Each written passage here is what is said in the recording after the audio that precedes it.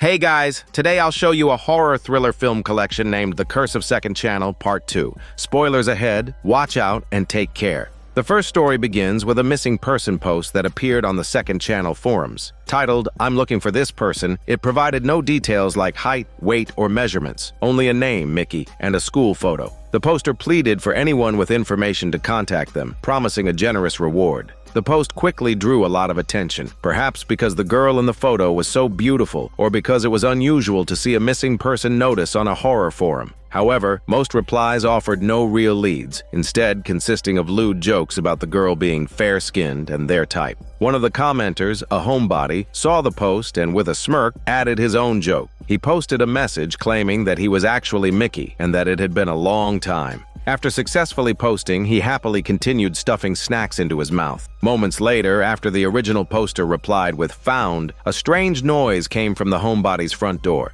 It sounded like it had been opened. He glanced over curiously, but saw nothing out of the ordinary. The instant he looked away, a terrifying creature entered from the doorway and ended the man's shameful yet smug life. His blood splattered across the computer monitor, staining the original poster's newest reply, which read, "Not this one." Meanwhile, the real Mickey had no idea she was being sought. She was currently being reprimanded by her boss. Mickey's female colleague, feeling sorry for her, offered to finish Mickey's incomplete work. There was a condition, however. Mickey had to cover her colleague's overtime shift that night. As a result, Mickey left work very late. On her way home, she saw a large poster for a singer audition, which reminded her of her school days. Before their high school graduation, a male classmate named Kenta had asked her if she still wanted to be a singer. Mickey had dismissed it as a childhood dream, explaining that someone like her could never become a singer and that they should both move on with their new lives. Mickey hadn't been in contact with Kenta since then.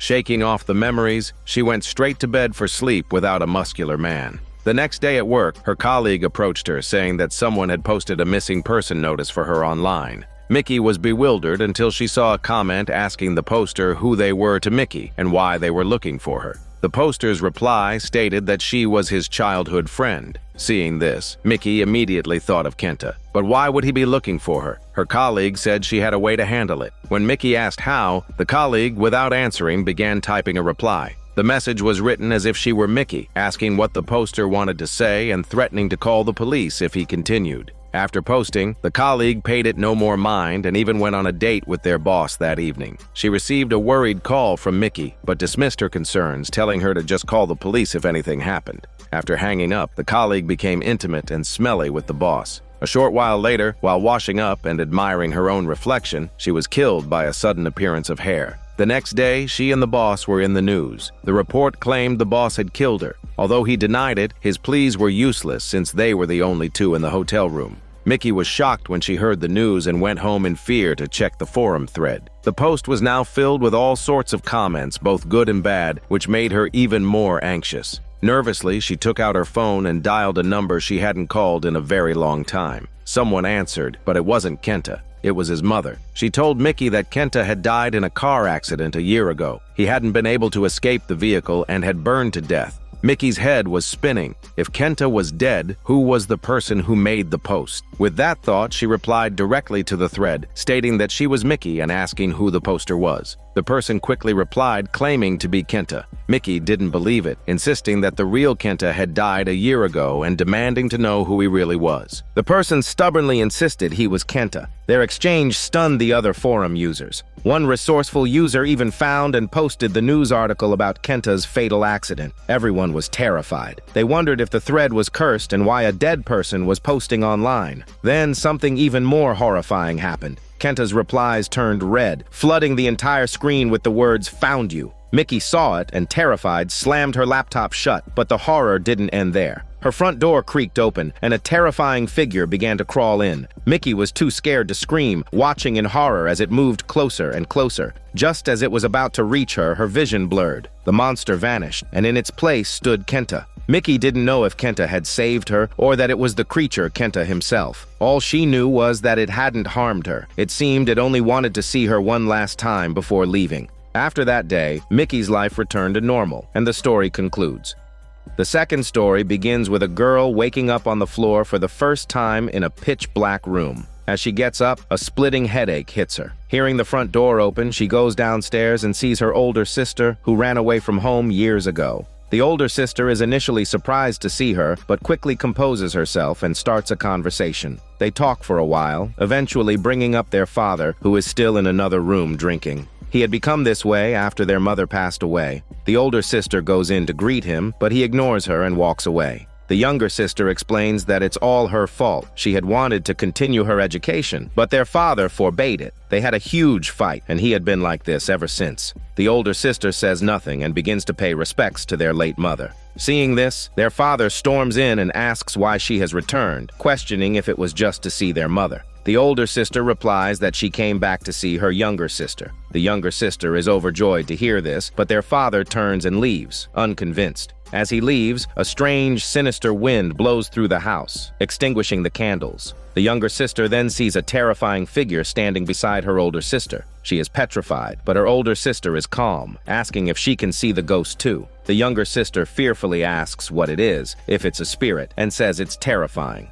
After that, she blacks out. The second time she wakes up on the floor, it's daylight. A strange noise from outside draws her attention. She goes out to find her older sister digging a hole. Curious, she asks what she's doing and if what she saw last night was real. The older sister smiles and tells her that ghosts are merely collections of lingering thoughts, which could be feelings of revenge or attachment. She means that ghosts can exist like living people, but without the complex emotions of the living. Once their obsession is resolved or their wish is fulfilled, they disappear. She gives the ghost beside her as an example. Following her sister's gaze, the younger sister sees the female ghost again. This time, however, the ghost acts strangely, walking directly toward the hole her sister dug, lying down inside it and vanishing completely. The older sister immediately fills the hole and explains the woman's cause of death. She says the woman drowned while trying to save a child who had fallen into a river. In her haste, she had forgotten she couldn't swim, and both of them perished. The sister doesn't explain why she dug the hole. After her sister leaves, the younger sister notices something fell from her pocket. She picks it up and finds a piece of paper covered in strange writing, which she doesn't understand. That evening, after a few drinks, the father starts telling the older sister it's time for her to leave. He tells her not to come back and do strange things like digging holes in the yard. He then slams his hand on the table in front of the younger sister, saying he doesn't need those things there and that she should mind her own business. The younger sister angrily retorts, asking if her desire for an education upsets him that much and that his behavior is exactly why she wants to leave home. She storms off in anger, and the older sister follows. She knocks on the younger sister's door, wanting to talk, but their father appears again. He asks what she's doing there and forbids her from going near that room. The third day, the older sister wakes up to find her father fast asleep and heads upstairs. Meanwhile, the younger sister has posted a picture of the strange paper online, asking if anyone knows what it means. She is disappointed when no one can decipher it. As she puzzles over it, her older sister knocks, wanting to talk. The younger sister lets her in. The older sister says she wants to tell her the real reason she left home and asks her not to be shocked. She explains that their mother didn't die of illness but was actually killed by their father. Before she can finish, their father bursts in, asking what they are doing. He orders the older sister to get out, yelling that there is no one else in the room. He walks straight through the younger sister's body towards the older sister. Seeing him assault her sister, the younger sister remembers everything. She was already dead. One night, she had a massive argument with her father. In her anger, she had said she was going to find her sister, which enraged her father, who then accidentally killed her. In his words, he would never let either of them leave. Back in the present, seeing her father attacking her sister, the younger sister's spirit returns to her physical body. It's unclear why her body hasn't decomposed. When the man sees her, he is so terrified that he runs away, but he doesn't get far before the younger sister kills him. With the source of all their suffering gone, the two sisters can finally talk freely. The older sister reveals that their mother was also killed by their father for the insurance money. When the money ran out, he sold the older sister into labor to earn more. To keep her from escaping, he threatened to kill the younger sister if she ever ran away. Terrified, the older sister worked tirelessly every day, but in the end, she still couldn't save her sister. The younger sister asks when she realized she was a ghost. The older sister says it was the moment she walked in the door. She was stunned but didn't say anything because she was afraid her sister would disappear. The younger sister then asks what was written on the paper. The older sister admits it was meaningless. She had just copied random text from a blog to make it look important. She reminds her that ghosts need a strong obsession to remain in the world, so she created the mystery to give her sister a reason to investigate and stay with her longer. The younger sister says that might not be possible, as she will disappear sooner or later. The older sister insists they must talk more, saying there are still so many things she wants to tell her. The third story begins with a young woman named Mina checking her mailbox in the morning, only to find a large envelope containing a videotape. Curiously, she puts it in her VCR. A man appears on the screen and says that by the time someone is watching this video, he will already be dead. Mina is baffled, as she doesn't know the man at all. However, her boyfriend recognizes him. In fact, her boyfriend helped film the video. He explains that the man had cancer and has since passed away. He felt sorry for him and agreed to his request to film a final message. After the explanation, they both fall silent. That evening, they receive another package in the mail. Inside is another videotape. Curious, they play it. This time, the man's words seem to be directed solely at the boyfriend, Saki. The man says that the person he is most grateful for is Saki and advises him to be careful when walking around lately. Saki is confused by this statement. The next day, while out with his girlfriend, Saki realizes he forgot to buy cigarettes and decides to go back for them. While crossing the street, he is clipped by a car. It's nothing serious, just an injury to his foot. When his girlfriend helps him home, they find another videotape inexplicably sitting in their apartment.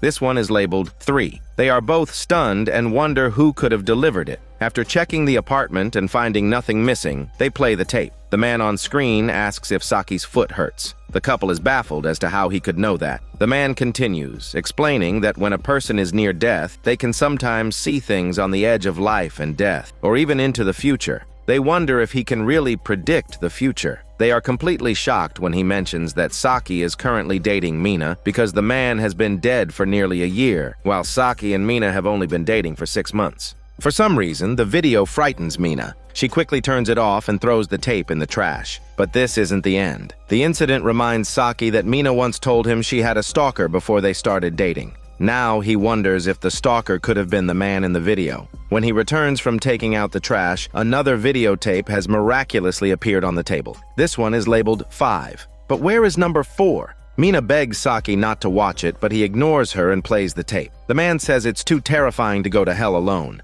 He tells Saki he was mistaken. This isn't a final message video, but a kind of confession video. He says he has done many wrong things to atone for, including secretly following Mina and sending her gifts. Mina is terrified, feeling a terrible premonition. She pauses the video and suggests they call the police. Saki wants to wait and see. Suddenly, the lights in the room explode, and the video starts playing on its own. The man tells them to keep listening, explaining that he is already dead, and this is a desperate confession made with his life on the line, begging them to save him from a terrifying hell. The couple discovers they can't stop the tape no matter what they do. Then, to their horror, a grotesque figure appears behind the man in the video and strikes him in the back. The recording ends. After it's over, Mina recalls a legend that says the dead can communicate with the living by disguising their messages as last will videos. If a living person responds, they will be dragged into the world of the dead. Saki doesn't believe it, dismissing it as a superstition, but he can't explain the events that have just transpired.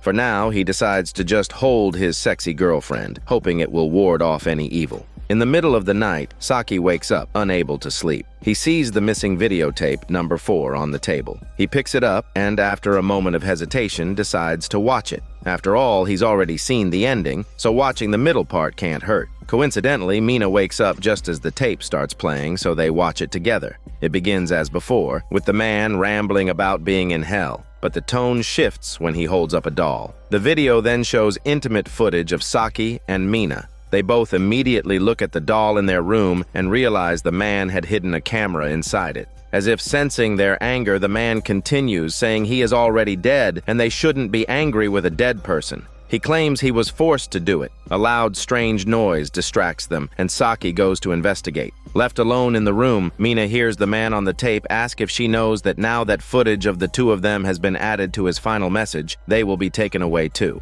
Just as he said before, he is too lonely and doesn't want to go to hell by himself. Since he likes Mina, he came up with this plan. Meanwhile, Saki follows the noise and witnesses a horrifying scene. Before he can react, he is brutally killed. Hearing Saki's screams, Mina runs toward the sound and she too is taken away.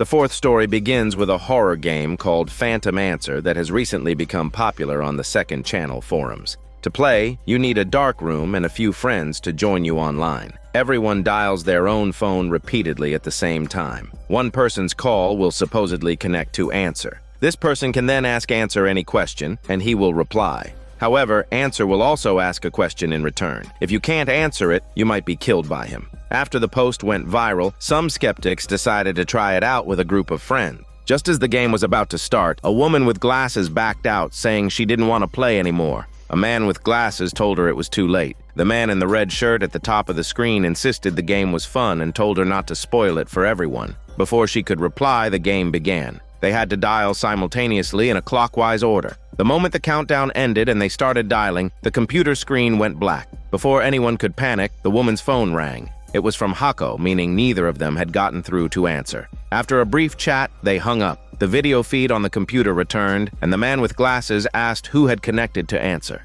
The man in red silently raised his hand. Everyone was surprised. The man in red claimed it must be a prank. The man with glasses told him to cut the crap and asked what question Answer had asked him. The man in red said it was private and he wouldn't share it in front of everyone. The man with glasses warned him that not answering Answer's question was a terrible idea, as the rules stated that failure to answer would result in death. The man in red didn't believe it, saying he was just playing for fun and couldn't possibly be killed over something like this. He then abruptly disconnected, his earlier enthusiasm completely gone. With the man in red gone, the others lost interest and logged off after a brief chat. Later, a friend called the man in red and asked what question he had been asked. The man in red was reluctant, but after his friend begged, he relented and told him. He was asked if he was still a virgin. His friend burst out laughing and joked that he would have been killed if he had actually admitted to it. The man in red hung up in anger and, turning to his computer, selected one of many sexy tutors for an online hormone yoga lesson.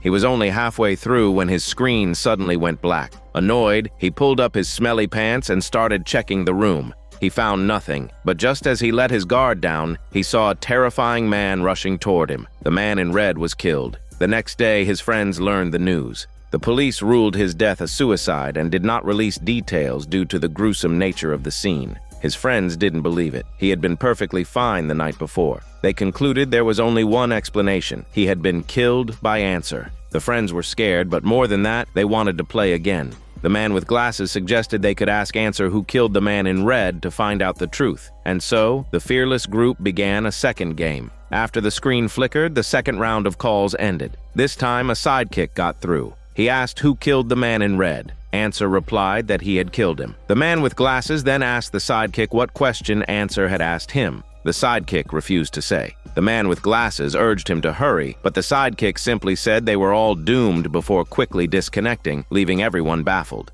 Someone guessed that he didn't want to answer in front of everyone because the question must have involved life and death. After the group video call ended, the man with glasses messaged the sidekick privately and found this to be true. Answer had asked the sidekick to guess who would die next. In the heat of the moment, he had blurted out the name of one of the female participants. The man with glasses thought this was cruel, but it was too late. Just then, the sidekick saw a figure appear behind the man with glasses. But when the man with glasses turned around, there was nothing there. Instead, he saw a figure behind the sidekick. Soon after, both of them were killed by the terrifying being. On the third day, the remaining three learned the news and were shocked and terrified. The woman with glasses voiced the question on everyone's mind. Why did two people die this time when it was supposed to be one at a time? A Playboy member offered an analysis. He theorized that when Answer asked the sidekick to guess the next victim, if he had guessed correctly, the named girl would have died and he would have lived. But since he guessed wrong, he had to die as well. That was why two people died. Hako's relationship with the sidekick had been strained, and if he had been asked to guess who would die, he probably would have named her. It seemed she was saved by this bad blood. Another girl asked if the game could end now, but the Playboy said no. According to the rules, the game must continue until only two people are left. Otherwise, everyone would die. One more person had to die for the game to end. The three reluctantly started a third round. This time, Hako's call connected to Answer. Answer told her to ask her question quickly. Hako immediately asked how they could all survive. The girl was clever, but Answer's reply was blunt. There was no chance for them to survive. Hearing this, Hako broke down and started cursing at Answer, who was unfazed and proceeded to ask his question, who did she guess would die next? Hako immediately answered, "The woman with glasses." Why? This delved into the love triangle between Hako the playboy and the woman with glasses. Hako was in love with the playboy and had been trying to win him over, but he was not interested and had rejected her. When Answer asked the playboy who would die next, he said it should be Hako and that she could go die. As for the woman with glasses, when Answer asked her the same question, she also named Hako. She had witnessed Hako's confession to the playboy and his rejection. Even though she couldn't hear their words, just seeing them together made her jealous. Therefore, Hako had to die. However, they were all wrong. The next person to die was the playboy. As a result, all three of them were ultimately killed by Answer. In a game of chance like this, you can never beat the house. At the end of the story, a new comment appears on the original forum post, warning everyone never to play this game because the true rule of the Phantom Answer game is that it only ends when the very last person dies.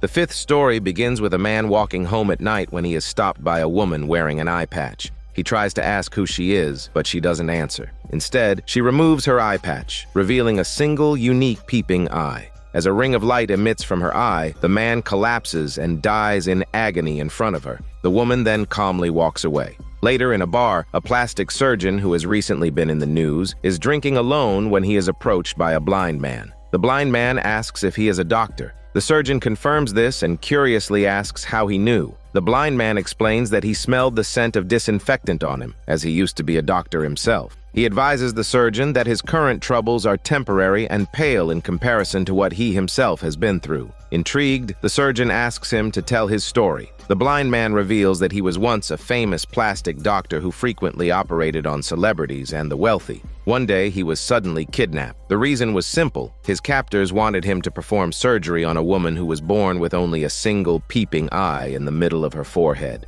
They brought the woman before him. The moment they removed her eye patch and he saw her eye, he was overcome with an uncontrollable sense of dread and pain. If one of the captors hadn't slapped him hard across the face, he might have died. They wanted him to make the woman look normal, but he refused. His captors didn't press the issue and let him go, but the woman continued to follow him. After getting to know her, he found her story to be tragic. He took her in, and eventually, they fell in love. The man had a terrible ex-wife who, despite their divorce, constantly used their child to extort money from him to support another man. He was deeply troubled by this, and the woman with one eye noticed. She used her unique eye to kill his ex-wife and her lover. Returning to the present, the plastic surgeon listening to the story is incredulous. The blind man continues, explaining that throughout history there have been people born with special eyes. By simply looking at someone, they can kill or control them. Anyone gazed upon by such a person might go insane or even die. The woman clearly possessed such an eye. To save her, the man agreed to perform the surgery.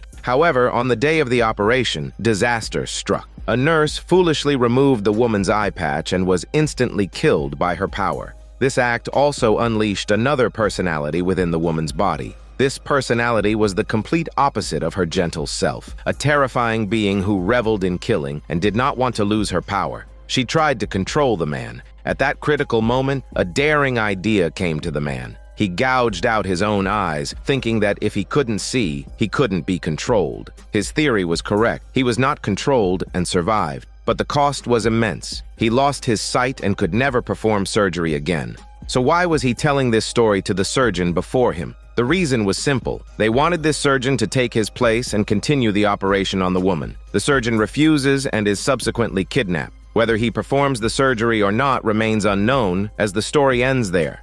The sixth story begins on a city street where two young men and a woman rob someone of a large sum of money. Needing a private place to split their loot, they run until they reach a sign that says, "No entry." As they pause, a greasy man approaches and asks what they're doing, warning them not to wander around there and especially not to go near the mound on the other side. Seeing that the young people are ignoring his advice, the man leaves with his fat. However, as any horror movie fan knows, when a character is told not to do something, they will invariably do it. Sure enough, as soon as the greasy man is gone, the cocky young man kicks down the sign and leads the others in. After walking a short distance, they come to a set of stairs. The girl is hesitant and wants to split the money right there, but the sound of distant police sirens forces them to descend. At the bottom, they delight in the thick stack of cash. Just as they are about to divide it, they see the same greasy man approaching again. He doesn't seem to have spotted them, so they pause their counting and venture deeper. After running for a while, they find themselves in an unfamiliar place. For some reason, the girl feels a sudden chill down her spine all the way to her smelly butt. Sure enough, ahead of them is a bizarre structure. 4 wooden posts wrapped with a straw rope, hung with white strips of cloth. In the center is a box and a pile of stones. The group realizes this must be the mound the man warned them about. One of the young men, the more nervous one, is frightened and recalls a local legend. Long ago, a witch led people to fight a man-eating serpent that was attacking their village. The battle was lost, and the witch was counterattacked by the serpent, which ate the lower half of her body. However, another version of the story claims that the selfish villagers sacrificed her to the serpent to ensure their own safety. Regardless, after her death, a series of incidents occurred where people's limbs were found severed. The villagers believed it was the witch's curse and built a mound to seal it and appease her spirit. Many had heard the legend, but few had ever seen the mound. They couldn't believe it was right here. Hearing this, the girl becomes even more scared and wants to leave. But the cocky leader doesn't believe in curses. He calls the girl a coward and his other friend pathetic. To show them how brave he is, he walks up to the mound, pulls out the box and carelessly tosses it aside. The box shatters, spilling old coins everywhere. He squats down, pockets the coins, and walks back to the mound. With a wicked grin, he kicks over the pile of stones, destroying the arrangement, and then casually turns to leave. Strangely, as soon as the mound is desecrated, the sky darkens with unnatural speed. The group walks for a long time in the sudden blackness but can't find their way out, nor can they see any light. The girl thinks she sees a terrifying figure and lets out a chicken scream, catching the attention of the 2 men. They ask what's wrong, and she tells them she saw a strange woman. They don't believe her smelly bullshit. She pulls out her phone, but the cocky leader, worried she might call the police, snatches it and throws it away. They continue to search for a way out, but soon become completely lost. The nervous young man takes out a camcorder and films randomly. Through the lens, he too sees the terrifying woman the girl described. The girl insists it must be the witch from the tomb. Seeing that the others aren't trying to escape, she has no choice but to run on her own. But a blood-curdling scream echoes through the darkness. When the 2 men find her, she is already dead like a piece of shit. Terrified, they finally believe that something evil is there, but it's too late. They are trapped. The nervous man suggests that the leader should immediately restore the mound and offer a sincere apology, which might save them. But the leader refuses. He stubbornly argues that if he does that and the witch forgives them, it would mean he was wrong, and his pride won't allow it. During their argument, the witch finds them. She strikes down the nervous man right in front of the leader. The leader is now truly terrified. He abandons his friend and tries to run for his shitty life. As his friend grabs his leg, the leader kicks him repeatedly to break free. Not long after, he hears his friend's final screams. The death of his friend makes his own legs go weak. In his despair, he runs into the greasy man again. The man is angry that they didn't leave, but before he can say much, he is killed by the witch. The leader finds a new burst of energy and runs. He scrambles back to the mound and frantically tries to restore everything. After he finishes, he offers a sincere apology. The witch does not appear. He manages to make it back home. Sitting at his table, trembling with fear and passing farts, he hears his doorbell ring. He instinctively looks toward the door and thinks he sees the witch, but it's just a hallucination. Calming himself, he goes to open the door, but no one is there. When he returns inside, the ghosts of his 2 dead friends are waiting for him. They ask him why he abandoned them. Without another word, they kill him for Satan's sake. The story ends here. The 7th story begins on a speeding train where a girl is dozing off, oblivious to the rattling of the car. She is jolted awake when the train suddenly slows down. Looking out the window, she sees an unfamiliar landscape. When the train stops and the doors open, she quickly gets off. Once on the platform, she panics, realizing she has no idea where she is. She turns back to the train and asks the driver where they are. He replies that this is Kisaragi Station, the final stop. With that, the train doors close and it slowly pulls away. The girl wants to ask more, but the driver, likely eager to finish his shift, clearly wants nothing more to do with her. Left with no choice, the girl walks into the station. She dials a number on her phone, likely her parents, and tells them she is at a station called Kisaragi and can't get home, asking them to pick her up. However, the person on the other end has never heard of such a place. Just as she is about to ask them to look it up, a piercing screech comes through the phone, and the call is disconnected. After that, she can't get a signal. Frustrated, she tries to use her phone's map, but it's useless. Desperate, she logs onto the second channel forums and posts about her situation. She explains that she fell asleep on the train and ended up at a station where her GPS doesn't work and she can't make calls, asking for advice. Her post attracts many users. People wonder if she's in some remote rural area for her GPS to fail. They ask her to look for any distinguishing landmarks to help them figure out her location. Annoyed, the girl looks around but finds nothing. She checks the forum again and sees a suggestion to look for any graffiti. She searches once more and finds something that looks like graffiti in a corner behind the platform. She is horrified by what it says, Demon Station. She quickly posts this update to the forum. The users are stunned. Their replies are varied, but most urge her to run immediately, warning her that she's finished if she doesn't escape. Terrified by their comments, she starts running down the main road. After running for some time, she spots something in the distance, a vending machine. By now, she is thirsty and hungry, her attention completely focused on the machine. She fails to notice an old man sitting in a small hut next to it. She walks up to the vending machine, inserts a coin, gets a drink, and gulps it down.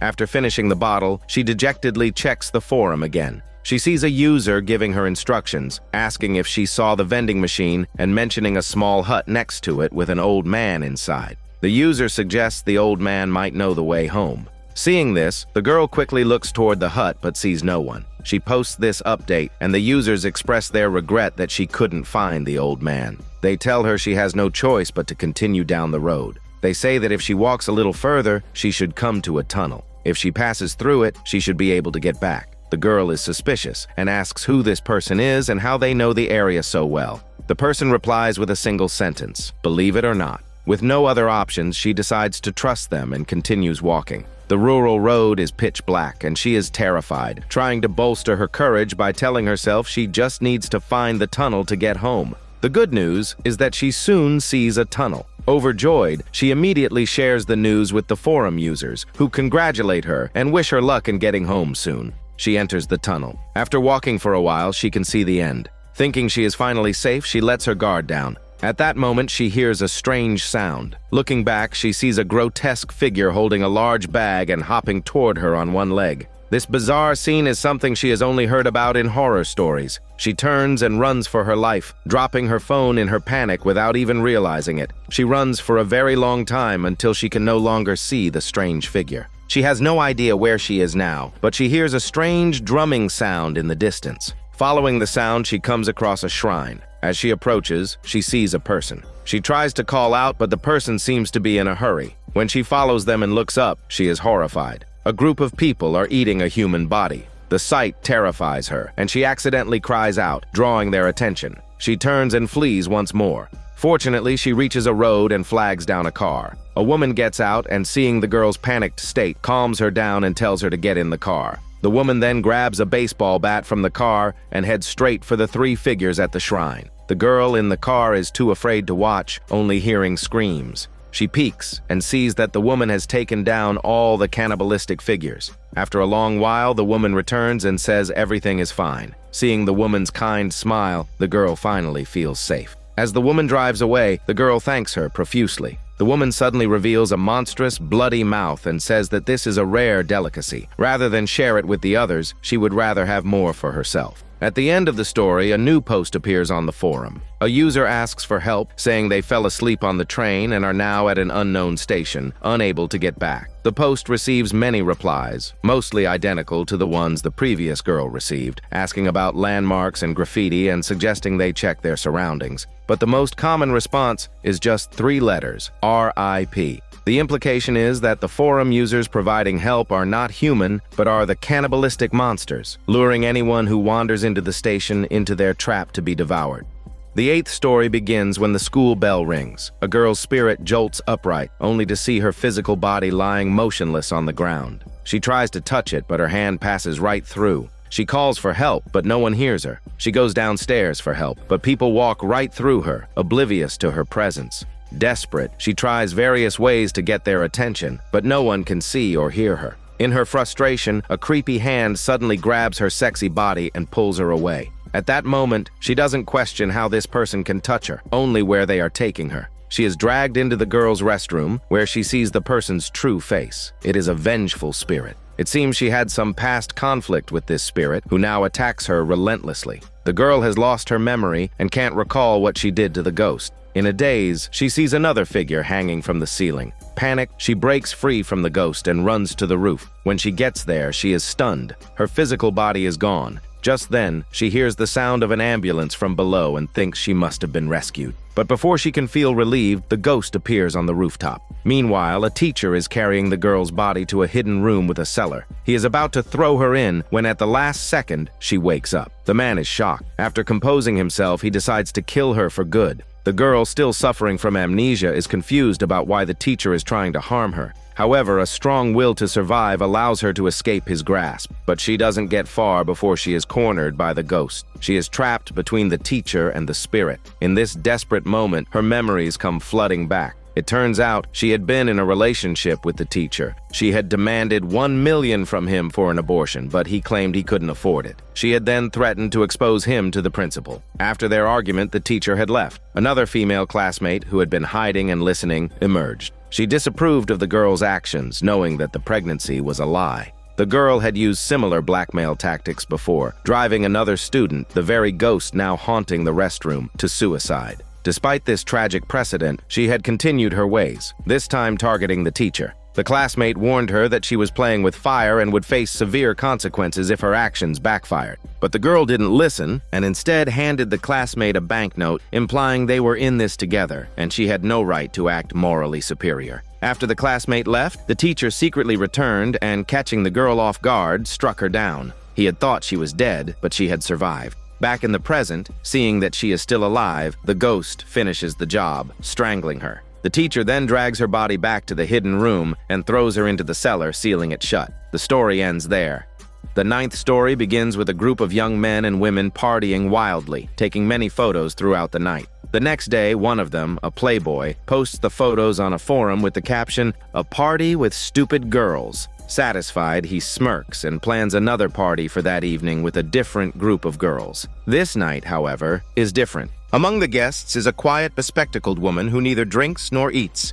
She just stares fearfully around the room as if she sees something terrifying. Her strange behavior catches everyone's attention. She tells them there is something unclean in the room, but no one believes her, and they even make fun of her. With that, she decides to leave. The next morning, the playboy is woken up by a video call from a friend. Annoyed at first, he quickly gets up and logs onto the forum when his friend tells him something has happened. To his horror, he sees that the photos he posted the other day now clearly show a ghost in them. The playboy's blood runs cold and diabetic. He checks his camera and finds that every photo contains the image of a female ghost. Recalling the woman's words from the previous night, the playboy realizes he is living with a play ghost. He is terrified, worrying the play ghost might want to have a ghostly baby with him. However, his friends point out that he has become famous on the forum, hailed as a professional ghost photographer. The playboy's post goes viral. People are curious if the ghost is real and how he dares to live in the same room with it. The playboy patiently answers their questions, saying he didn't know about it at first and that the play ghost isn't actually that scary, at least not yet.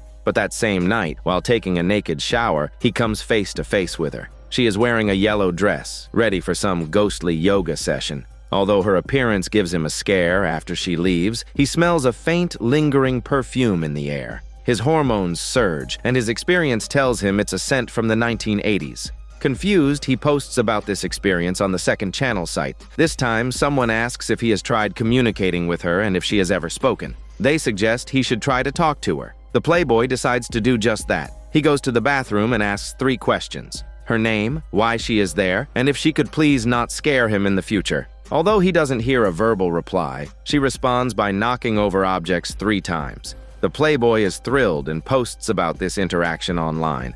But soon after, his apartment starts to shake violently, as if the play ghost is angry that he shared their smelly business with the world. Later, a friend comes over to his apartment. Finding him not there, she lights a cigarette. Just as she does, the playboy, who is downstairs, hears a thud. The friend has fallen from his apartment and is dead on the ground below. Her death leaves the playboy heartbroken. It is then that the same bespectacled woman from the party returns. She tells him she thinks she knows the ghost's identity. Years ago, a woman in a yellow dress died an unnatural death in this area, and it seems it happened in the Playboy's very room. The apartment was left vacant and unwanted, causing the landlord a huge financial loss. So, the unscrupulous landlord renovated the place and put it back on the market. Unfortunately, the Playboy was the one who rented it. The woman explains that the ghost now wants to clear the room out to use as her personal rest stop and advises the Playboy to leave immediately. But just as they are talking, the ghost appears. From a distance, her figure is alluring, but she moves in a strange, unsettling way. The bespectacled woman tries to intervene but is sent flying like a Barbie toy. Then the play ghost kills the Playboy, completing her playful cleanup. The 10th story begins with 4 young people who go exploring in an abandoned hotel. Inside an empty room, they find a box containing a ring. The boyfriend is thrilled and immediately puts it on his girlfriend, proposing to her. Just then, strange things begin to happen. The camcorder they are using suddenly malfunctions, and then the room's window shatters for no reason. Feeling a sense of foreboding, the group decides to leave. That evening, they go to stay at the home of one of the group members, Koshima. He puts them up in the room he used as a child. The boyfriend jokes that it's a cursed room, and they all laugh off their farts. As they plan their evening, one of the girls, Mei, finds herself inexplicably drawn to a closet. She tries to open it, but Koshima's grandfather stops her, warning that it's dangerous and that the doll inside will protect them. Although Mei doesn't understand what he means, she decides not to open the closet. Later that night, while taking a bath, she gets the feeling that someone is peeping at her. Annoyed, she goes out and confronts the young men, but they are all clueless. After everyone leaves the room, Mei's curiosity gets the better of her, and she opens the closet. Inside, she finds a box with a paper talisman on it. She takes a photo of the talisman and posts it online, asking what it's for. The replies are varied. Some say it's for a safe childbirth, while others claim it's for exorcism. Mei is intrigued but doesn't dwell on it. Late that night, suffering from an upset stomach, she gets up to use the restroom and sees a strange woman in a red dress. Terrified, she rushes back to the room, only to find another horrifying woman with long hair inside. Mei screams at her full chicken lungs, waking everyone up. She suspects that the source of all this is whatever is inside the box. She convinces Koshima to open it. Inside, they find a small camera and a human-shaped doll. They play the footage from the camera and see a ghost. While Mei remains relatively calm, the girlfriend with the ring is terrified and declares she is leaving immediately. But as she reaches the door, her fingers, on the hand wearing the ring, begin to fall off one by one. Mei has a fleeting vision of the woman in red again, leading her to believe that this red-clad woman is the cause of everything. After taking the girlfriend to the hospital, Mei tells Koshima what happened. Koshima tries to find his grandfather to ask for an explanation, but the old man is nowhere to be found.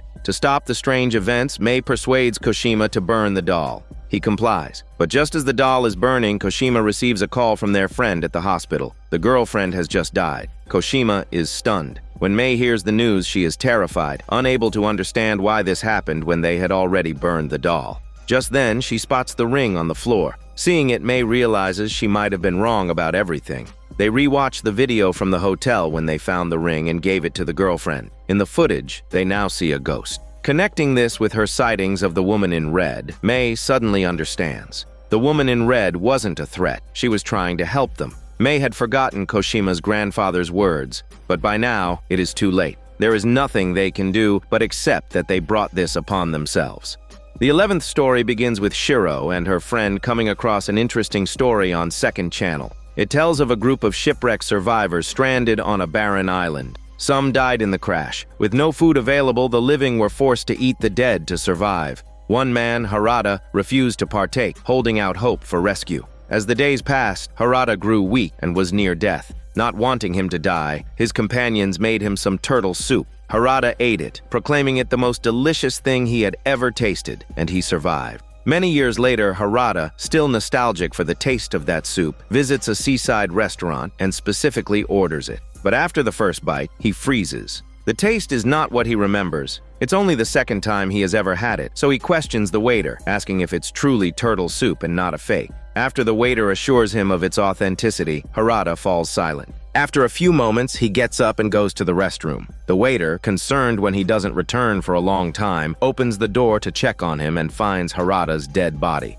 The story ends by asking why Harada killed himself. Below the post, forum users offered their answers. He realized that what he had eaten on the island was not turtle soup, but his deceased companions. The overwhelming guilt and self-reproach drove him to suicide. Shiro finds the story and its questions dull. She whimsically posts her own riddle. A girl takes a train to a local county, then gets on another train going in the opposite direction. After getting off, she walks to a nearby county and kills herself. Why? As if that wasn't enough, she adds that the person who solves this will get 1 million. Her friend is shocked, asking if she really has that kind of money. Shiro dismisses it, saying it's a nonsense question that no one will ever answer. And with that, the night ends. The next day, however, Shiro's post goes viral due to the 1 million prize. It gets a flood of replies, but most people are more curious about why she posted the riddle and then disappeared. Shiro sees this and, unfazed, thinks the users are being too serious. She logs back on and gives a few random non-committal replies like yes or no.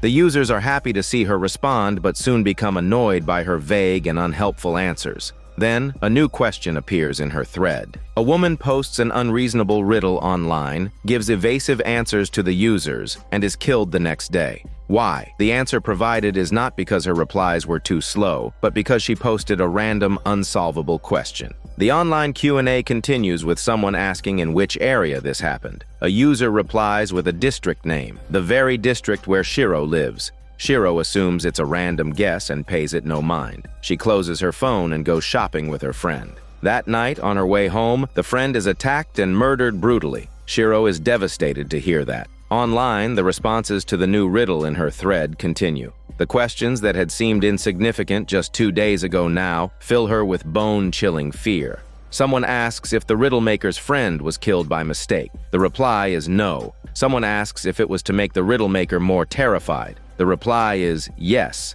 Then someone asks when the riddle maker will be killed. The ominous answer comes back. Not tomorrow, not the day after. It's now.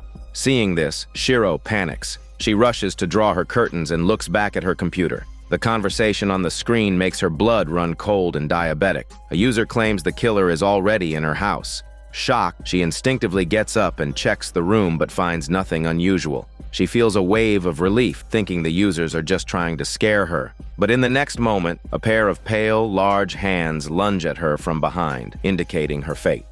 The 12th story begins with Kate having met someone online, and their relationship had reached the point where they were supposed to exchange photos. However, Kate was very self-conscious about her appearance. She felt she was ugly and usually unkempt. She was terrified that sending a real photo of herself would immediately end their relationship, so she lied, telling him a friend had just come over and it wasn't a good time. Promising to send one later, she quickly logged off. The next day, Kate saw her friend and noticed the matching watch she was wearing with her boyfriend, someone she had also met online. Kate felt a pang of envy. While her friend had already met her partner in person, Kate was still too scared to even send a photo. When her friend asked how things were going with her online romance, Kate had to lie again, saying everything was fine. That evening, her online romance asked for a photo again.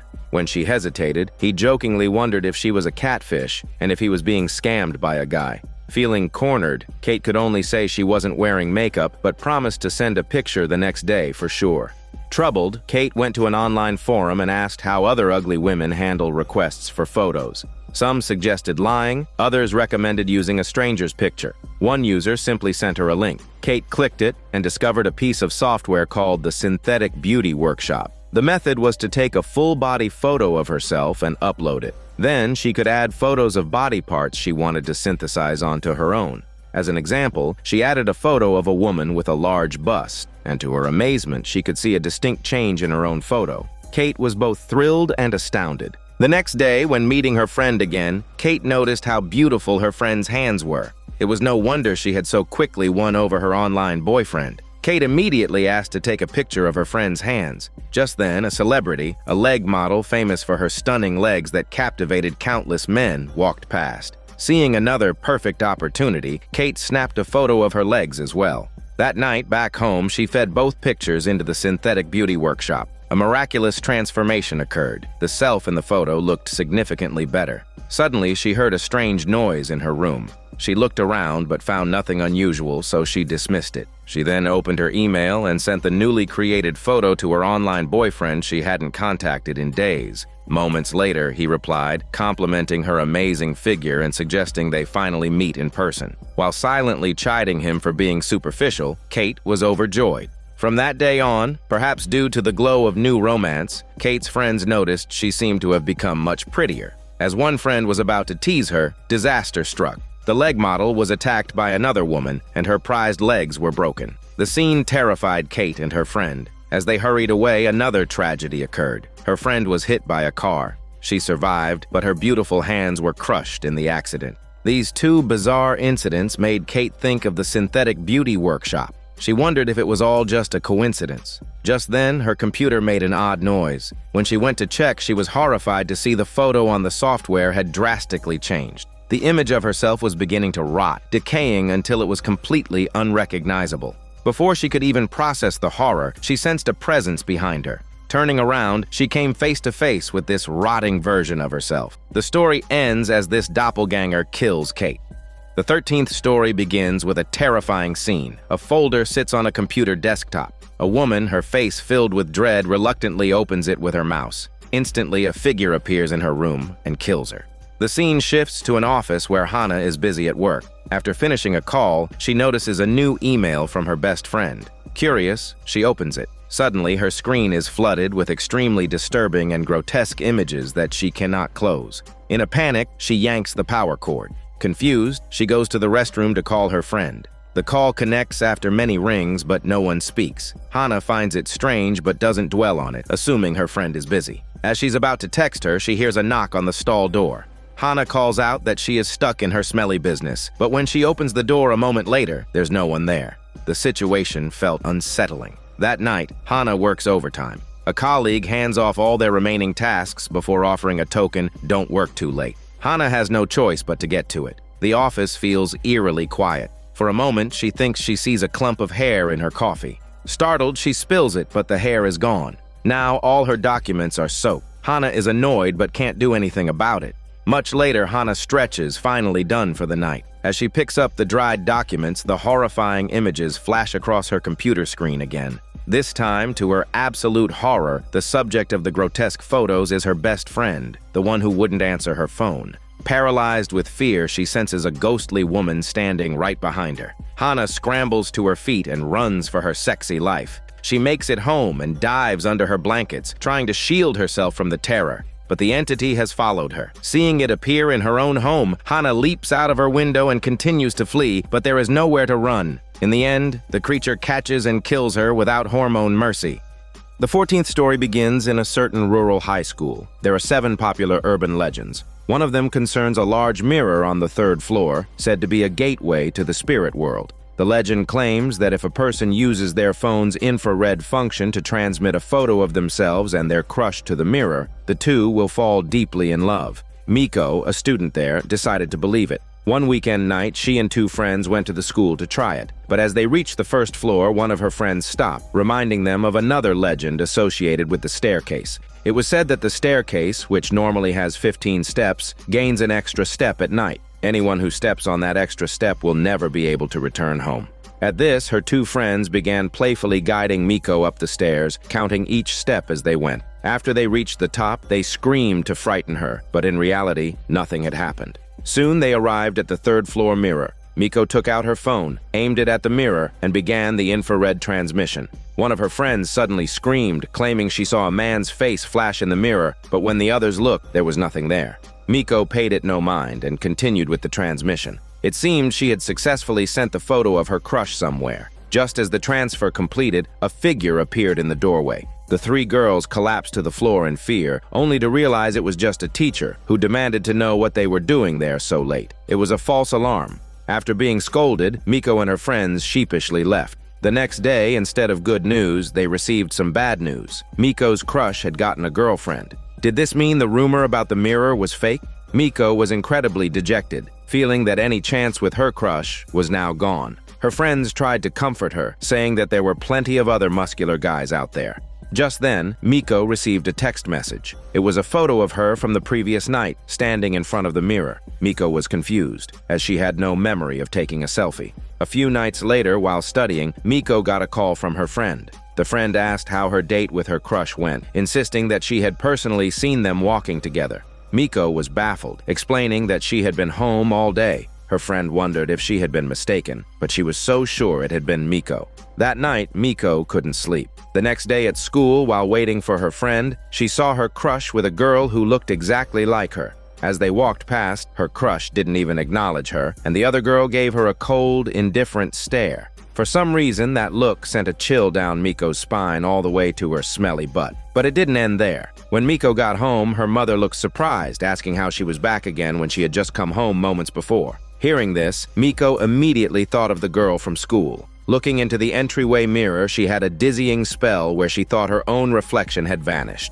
She wondered if it was just stress from her studies. That night at 2 a.m., a falling picture frame startled Miko awake. She got up to check and then received a strange phone call. No one spoke on the other end, only a truly bizarre sound. Terrified, Miko then woke up for real, wondering if it all had been a nightmare. The following afternoon after school, Miko's phone suddenly rang. It was her crush. He told her to look behind her, revealing he was standing right there. He asked why she didn't answer his calls earlier and reminded her that they had planned to hang out at her house since her parents were out. Then he took her hand and led her away. Hand in hand with her crush, Miko was completely bewildered. She couldn't remember when their relationship had progressed so quickly. However, she didn't say anything, simply enjoying the moment as they walked toward her house. Along the way, the other Miko stood on the side of the road, but neither of them seemed to see her. Soon they arrived at Miko's house and went up to her room. But the moment the door opened, Miko saw her other self again. Her crush didn't seem to notice and started to walk in, but Miko screamed, begging him not to go any further.